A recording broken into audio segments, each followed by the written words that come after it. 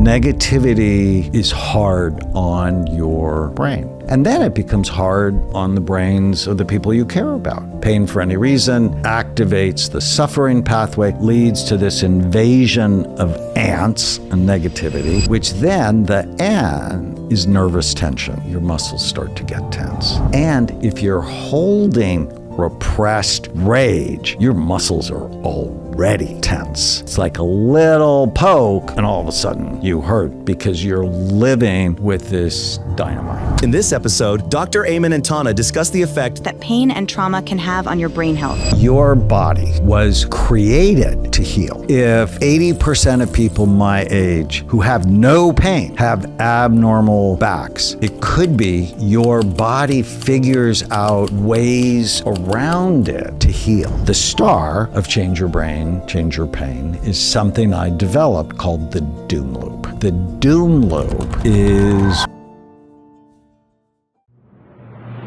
every day you are making your brain better or you are making it worse. Stay with us to learn how you can change your brain for the better every day. At Amen Clinics, you're not just seeing one doctor, you're getting a team with over 50 specialists, including psychiatrists, naturopaths, nutritionists, and therapists. We treat the whole you. Learn more at amenclinics.com. So we are so excited for you to be with us. I actually just got this, my brand new book, Change Your Brain, Change Your Pain, about the intersection between physical and emotional pain. And we're actually going to spend the next 5 podcasts talking to you about it. And we would love your comments, questions, reviews. I'm sure you're going to have stories of pain. I think both Tana and I have experienced. It's a very big pain. topic. An important topic. I got tired of it, which is why I wrote the book, because it ultimately lives in your brain. So, Tana, imagine waking up every day in a body that feels like it's betraying you.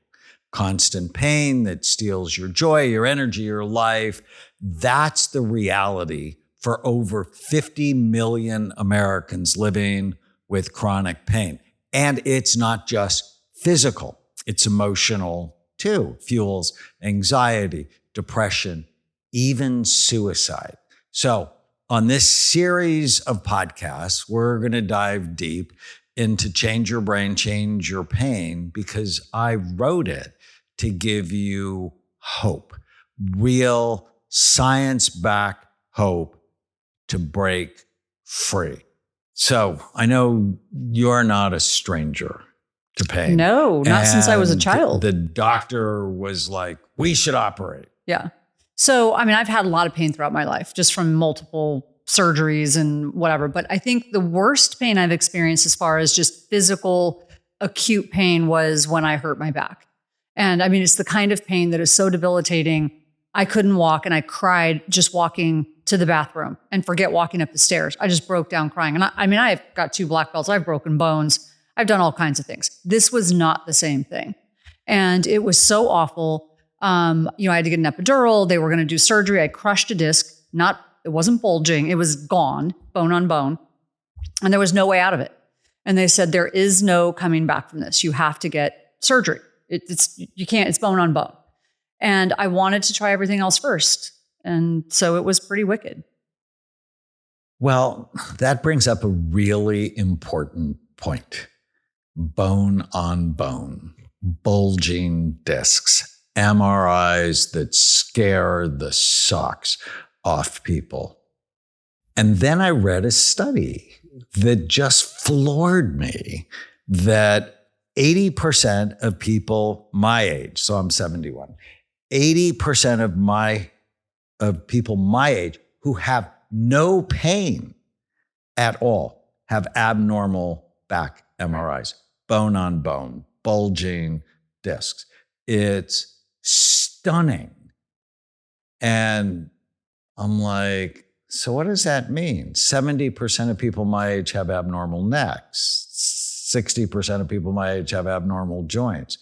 When you see the MRI, you automatically go to fear. And as you'll hear me say, it lights up the suffering circuit of your brain and it smears the pain with dread and fear. And so many people jump to surgery. But there's another study I talk about in the book where they compared conservative care, physical therapy, Pilates, changing your diet, meditation. They had the same efficacy, but 21 times fewer side effects. Mm-hmm. And for me, when I think of surgery, I think of all the scans I have seen before and after general anesthesia.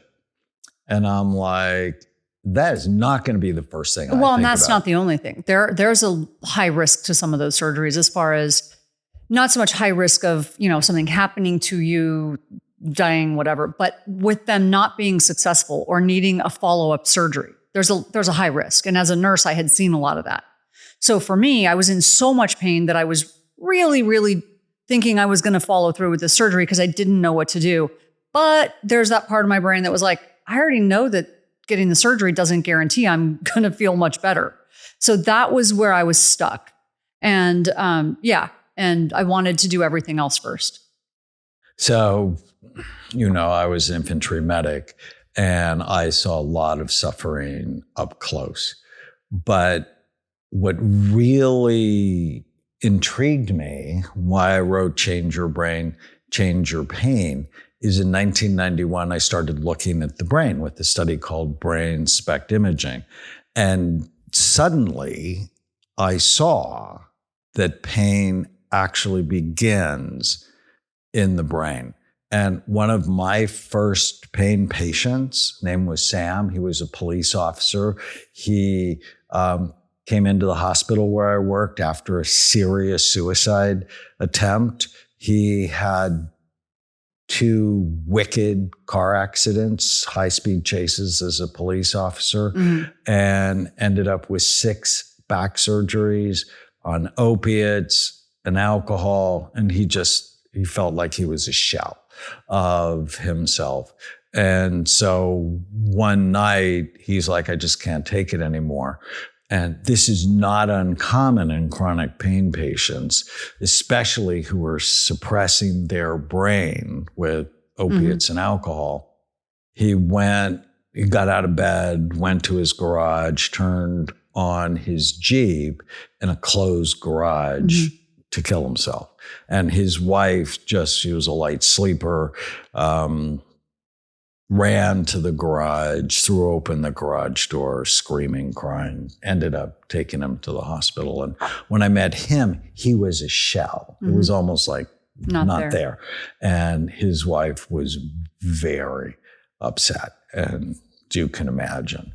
And when I scanned him, because it was actually just a couple of months after I started imaging people, his anterior cingulate gyrus, that's the area in the middle of your frontal lobes. I think of it as the brain's gear shifter. It lets you go from thought to thought, move from idea to idea, be flexible, go with the flow. Just on fire. It was the hottest one I had ever seen. And I'm thinking to myself, he gets stuck on the thought of pain. And so... Well, it's really hard to shift when it's like once you start thinking about it, it's very hard to stop thinking about it. Well, especially if your brain, if the suffering circuits, we're going to talk about the 3 primary pain circuits in the brain, is dramatically overactive. And so on supplements to calm that part of the brain, along with all the other things we're going to talk about, he got so much better. And he said, I still hurt, but I don't think about it all the time. And it was a huge win for him, and ended up going to law school and having a really positive life. So I remember when I was going through all of that, and it was actually a police officer, a SWAT officer who was a friend of mine, who had hurt himself on the job. And at the time he sent me, it's actually a much older book now, but he sent me a book on pain and by Dr. John Sarno, and it is an older book. And I remember having a discussion with you about it. When I first got the book, I got very angry. And I think that's a very common thing that happens with people. When they have pain and someone sends them something that basically tells them, look, this could be more than just physical. Their first reaction is, you think this is all in my head. Well, that's what I did. I was like, you think this is all in my head. I was so mad at him. I remember that conversation. Oh, I was furious. I was like, you're such a jerk. Like, I need to have surgery. Why are you like, did you see my MRI? Like, I was very upset because I was a very high performing person. I wasn't a person who made excuses for things or, whatever. I wasn't a crybaby. And so he laughed. He didn't even like flinch about it. He goes, just read the book and then call me back and yell at me. And so I'm like, oh, you're such a jerk. But anyways, I read the book and I was like, oh, it is in my head. Just not the way that I thought, not the way that I meant it. Not that you're faking it. Was physically in my head, physically, Because biologically what is stuck in my head. Your brain Right. is in your head. And ultimately all pain is felt and processed in your brain. But what I was going to get at is I had the conversation with you and it was a really good book. But it was really focused a lot on the psychosomatic, some on the biological, but you said at the time, you're like, but there's one piece missing. And so we really talked a lot about that. And you were like, the brain piece is still missing. And he didn't really get into the brain piece. And so I think that's what's special about this is that you really do a good job of explaining that so people don't feel like it's all in my head. And so I like that. No, there's part a part of it. in the introduction. It's like, you're going to feel like I'm saying you're faking it. And it absolutely is that. No. It's in your head, but in the circuits of your brain. Well, and we'll unpack it as we go. But basically what happens is when that happens, it then translates to the tightening of muscles, the stress hormones. And so then it becomes physical. The doom loop. Right. We're talking, that's the star of this book. So this book is a battle cry. Pain isn't your destiny. It's a signal your brain needs rewiring.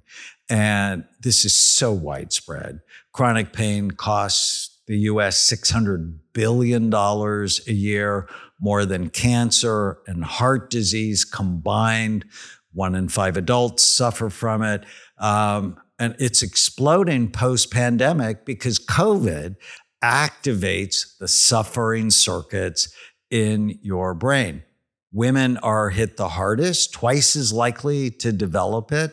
Do you think that's because our emotional brains are more sensitive or more lit up? They're more vulnerable. Women are more vulnerable to depression. Okay. Women have depression twice as much. And that's because of that emotional as center? men, because their emotional brains are bigger, Okay. which is involved in bonding, which is why there's not one society on the face of the earth where men are primary caretakers for children. You sort of have to go to penguins. And so because it's larger, it's more vulnerable.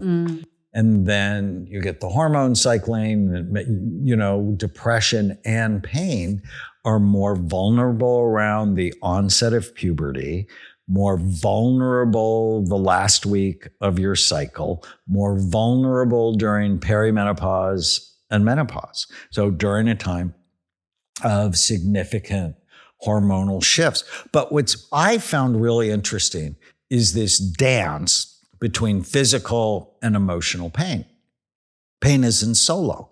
Physical sparks emotional, but it's also vice versa. If you're depressed, you're more likely to have fibromyalgia. If you're depressed, you're more likely to be on pain medications. So what if you grew up in chaos and trauma? We're going to talk about chaos and trauma for sure. But does that make you more vulnerable? The higher your ACE score, the more active your pain circuits, the suffering circuit. Interesting. And the less active your calming circuit is. Wow. our research shows 70% of chronic pain patients have untreated emotional trauma. It's a tango. Hurt bodies hurt your brain, but hurt brains sense more pain in your body. Wow. So let's talk about the 3 pain pathways. I found this to be just so interesting because they're also involved in your mood, in your anxiety, in things like ADD. That if you have ADD, for example, that increases your pain because the calming pathway is weak to start. So think of 3 pain pathways. The feeling pathway that tells you, oh, I heard, and it's here. It actually starts in your spinal cord. It's like a sensory. Goes to your thalamus, which is the sensory gateway in the brain. Think of it right in the center of the brain, sort of looks like an egg. And that's what sort of initially feels and directs the pain. And if you're depressed, I published a study on this in Translational Psychiatry. In depression, it's increased. So it's already vulnerable to feel pain. And then it goes to an area called the parietal lobes, back part of your brain, which is the sensory cortex. That's where you feel it. So it goes, oh, it's your shoulder. Oh, it's your back. It's your elbow. It's your knee. So that's the first one. Tells you there's trouble. And then it will activate the suffering pathway.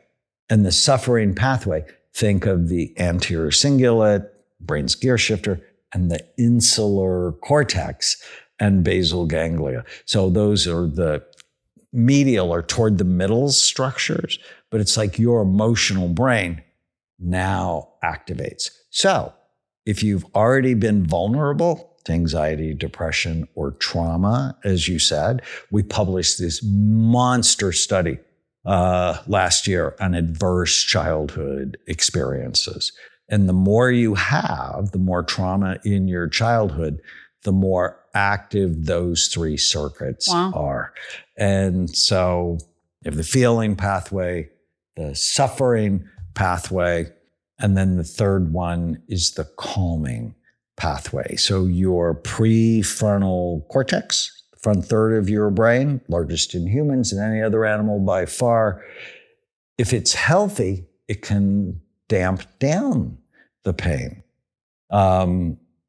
If it's not healthy, say you have ADD, it tends to be lower, or you've had a traumatic brain injury, it can't turn it off.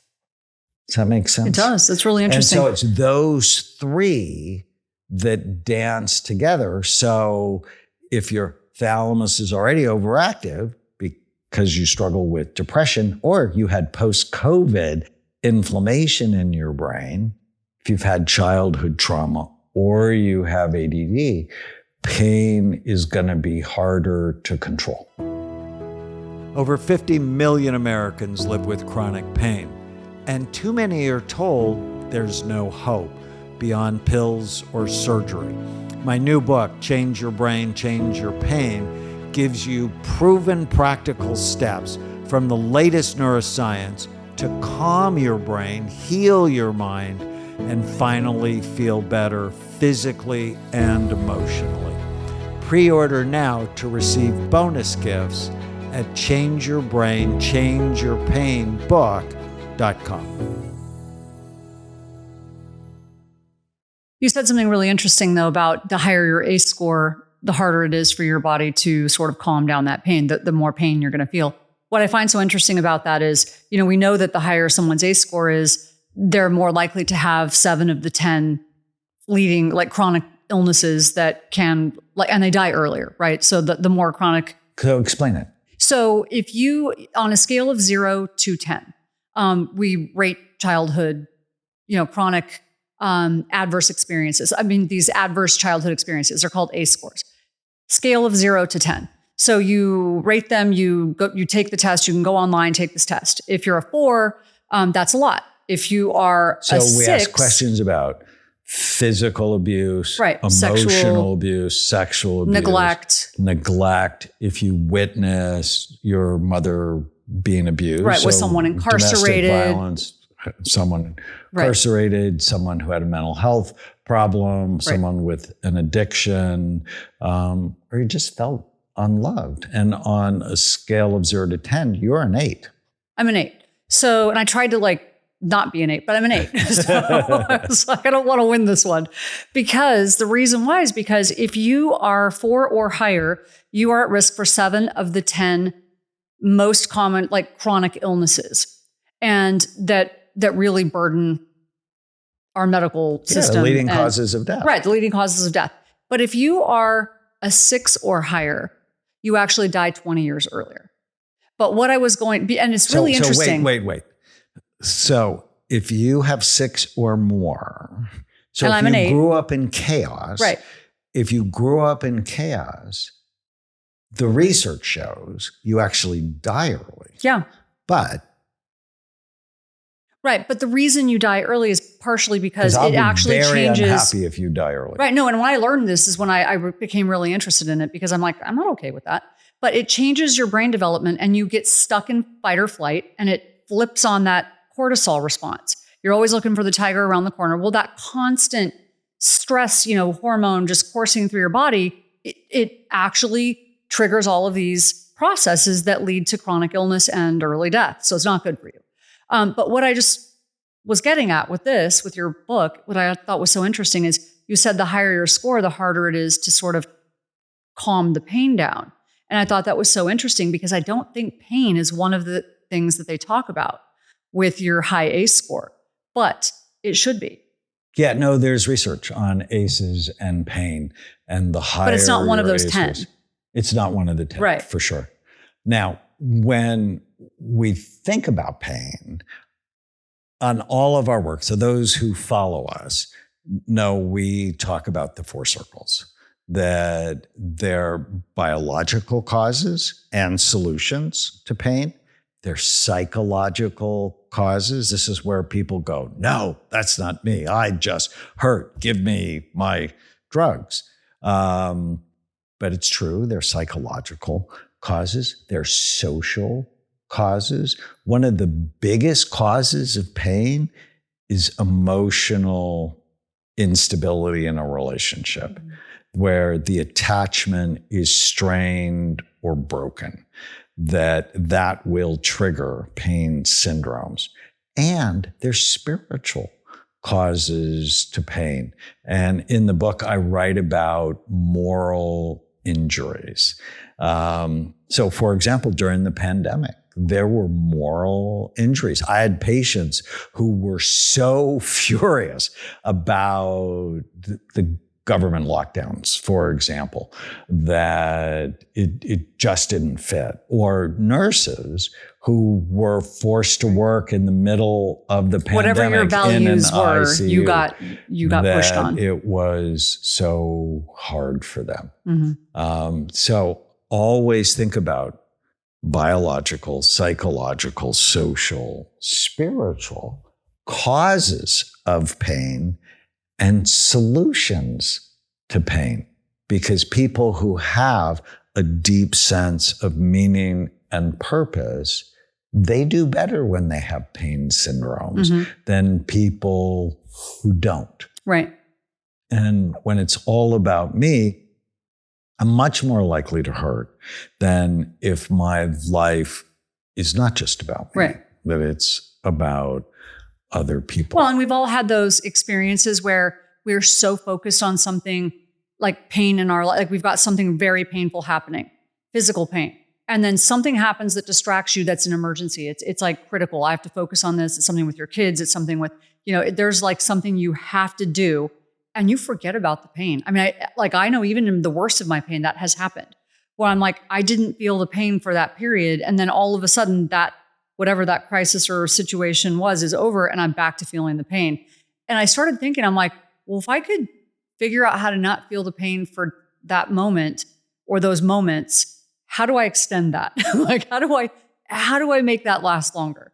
And it's a good starting question, And we're going to talk right? about it. It's a good starting question. We're going to talk about, because where you focus determines how you feel. And one of the big ideas from John Sarno's work, because I'm a huge fan of John Sarno, is that chronic pain is often an expression of repressed rage. That was my biggest takeaway from the entire book, was that when people are, especially women, we're taught to be polite our whole lives. We're taught to be polite. We're taught to be good girls. We're taught to do all these things. I mean, not that I'm actually that good at doing that, but I am taught to, but we're taught to be polite, right? We don't say the things we really think most of the time.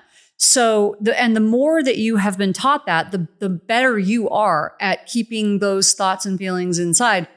Sometimes the worse it is for you when it comes to feeling pain, because it's got to go somewhere. All that repressed emotion has to go somewhere. So when I learned how to rage journal, I remember I posted about it a few years ago, and people were like, that sounds like a terrible idea. Why aren't you focusing on gratitude? And I'm like, well, I do. After I get all the rage out, I do.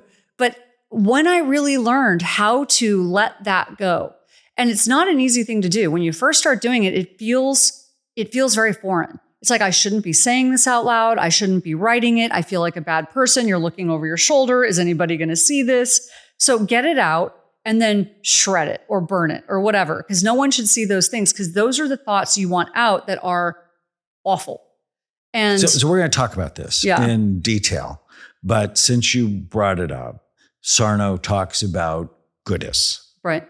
And this was the profile of people with chronic pain. They tended to be perfectionists.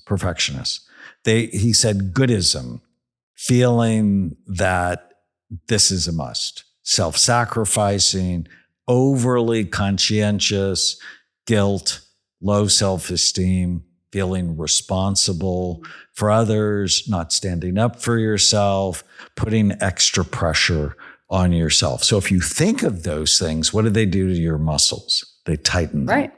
And if they tighten them, they're going to increase your pain. Mm-hmm. Now, the star of Change Your Brain, Change Your Pain is something I developed called the doom loop.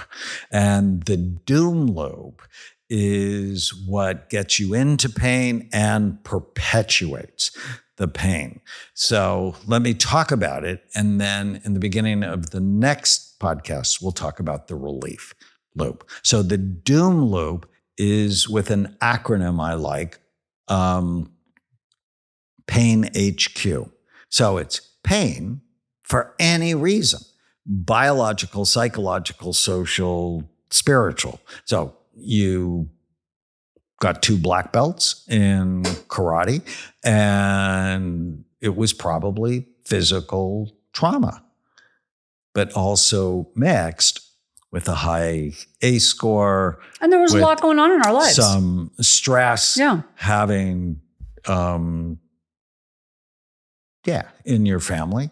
So there's reasons, but it's so pain for any reason, which activates the feeling pathway, which then will go and activate the suffering pathway. So your thalamus and parietal lobe goes up, and that'll trigger, especially in vulnerable people, their anterior cingulate, insular cortex, basal ganglia. But just think of it as your emotional brain. And if it's already vulnerable, such as you've struggled with depression in the past, you're just more likely, the pain's more likely to hurt. And if you have ADD, your frontal lobes are a little bit sleepy, it can't turn it off. So that's the P. A is activates the suffering pathway. I is you get an invasion of ants, automatic negative thoughts. The thoughts that come into your head automatically. Oh, and anybody in pain knows this. Ruin your day. Yeah. I am always going to hurt. I'm never going to be able to do this again. I'm never going to be able to blah, blah, blah. Fill in the blank. I'm going to lose my independence and high negativity. So this is very important. We just published a monster study on 2,000 patients on negativity bias. And the more negative you are, the less frontal lobe function you have. Isn't that interesting? So if you're negative, if you have low hope, if you're not happy, all of those things are associated in our research with low activity in the front part of your brain. And why is that a problem? Well, then you can't turn off the pain. And, many people who have high ACE scores are they wear their negativity as a badge. It's like, well, of course I'm negative. If I'm pessimistic, I'm never disappointed. Did you grow up in the same place I grew up in? Why are you staring at me when you say that? No, it's what I see with my patients, and you and I have talked about it, that negativity is hard on your brain. And then it becomes hard on the brains of the people you care about, which is why in my book, You Happier, I quote Dennis Prager, that happiness is a moral obligation because of how we impact other people. So pain for any reason activates the suffering pathway, leads to this invasion of ants and negativity, which then the N is nervous tension, is all of these things, your muscles start to get tense. And if you're holding repressed rage, your muscles are already tense. And so it's like a little poke, and all of a sudden you hurt because you're living with this dynamite. Right. And then H leads to harmful habits, whether it's marijuana or alcohol or sugar, a couple glasses of wine at night. The harmful habits drop the calming pathway further. And now you go to Q, which is this quagmire quicksand of pain. And almost all of my patients who have pain, they go, oh, I'm in the doom loop. Mm-hmm. But you are not stuck in the doom loop. There is a way out. And that is what we're going to talk about in the next podcast. And, I told you about Sam. Tana talked about her pain. I have a lot of people ask me, and I want to actually talk about it more in the next segment, but I have not had surgery. I did everything else first. So people are always like, but I don't understand. I don't understand how you did it. So at some point we should sort of talk through that. Well, and I want to leave you with this one thought. Your body was created to heal. So if 80% of people my age who have no pain have abnormal backs, it could be your body figures out ways around it to heal. And so I want to push back for 1 second. We obviously know there are people who don't heal from very severe injuries. There are people who are quadriplegics. We know them. My grandfather was one. We have someone dear to us that is one. There are severe injuries that you don't recover from. But and even mine, my disc never came back. It's not like I healed completely. But what I will say is by doing this and by really learning these principles, I have figured out that every single day I can make it better or I can make it worse. And there are, I could not walk. I could not walk up the stairs. I could not walk to the mailbox. I had to get a zero gravity chair and sleep in it. It was that bad. And now I do Pilates every day. I do strength training every day. I'm not doing karate, but I'm doing a lot. And you didn't have surgery. I didn't have surgery. What's the difference is right. You put your body in a healing I did everything, biopsychosocial, spiritual. I did it all. And some people are going to need surgery, and surgery right. will so change their bad. life in a positive way. The book is really about giving you a different path. And even if you have surgery, or even if you aren't going to walk again, you can still make that better or make it worse. That's the point. Every day, you're making it better or worse. Are you a doctor or mental health professional who's tired of one-size-fits-all care? Are you passionate about helping people heal the root causes of their issues, but frustrated by the limitations of standard care? What if you didn't have to guess? what's going on with your patients because you could see it. At Amen Clinics, we do psychiatry differently. We use brain imaging to improve diagnoses and guide personalized treatment because mental health is really brain health. If you're ready to be a leader in the future of mental health care, we're looking for you. When you join Amen Clinics, you don't just make a difference, you own it. With our employee stock option plan, you become an owner in the mission, a stake in every life we change.